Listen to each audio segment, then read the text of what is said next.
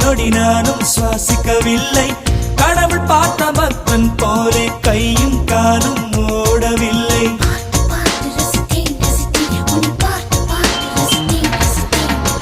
தேவதையும் பேருந்தில் வருமா, கனவா நனவா தோன்றவும் இல்லை.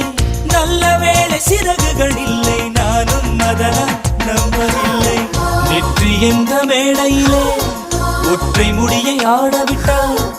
ஒற்றை முடியில் என்னை கட்டி உச்சி வயலில் தூக்கிலிட்டாள். மனதில் இத்தனை ரணமா, அடவலியில் இத்தனை சுகமா.